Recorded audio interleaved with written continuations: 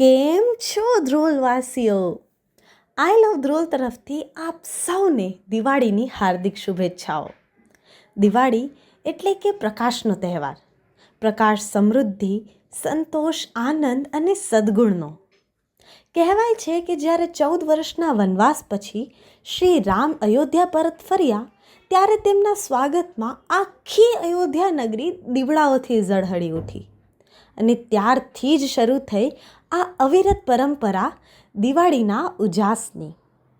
દિવાળી ફક્ત ફટાકડા ફોડવાનો જ તહેવાર નથી, પરંતુ મનના ચિત્રપટ પર આનંદની રંગોળી કરવાનો પણ તહેવાર છે.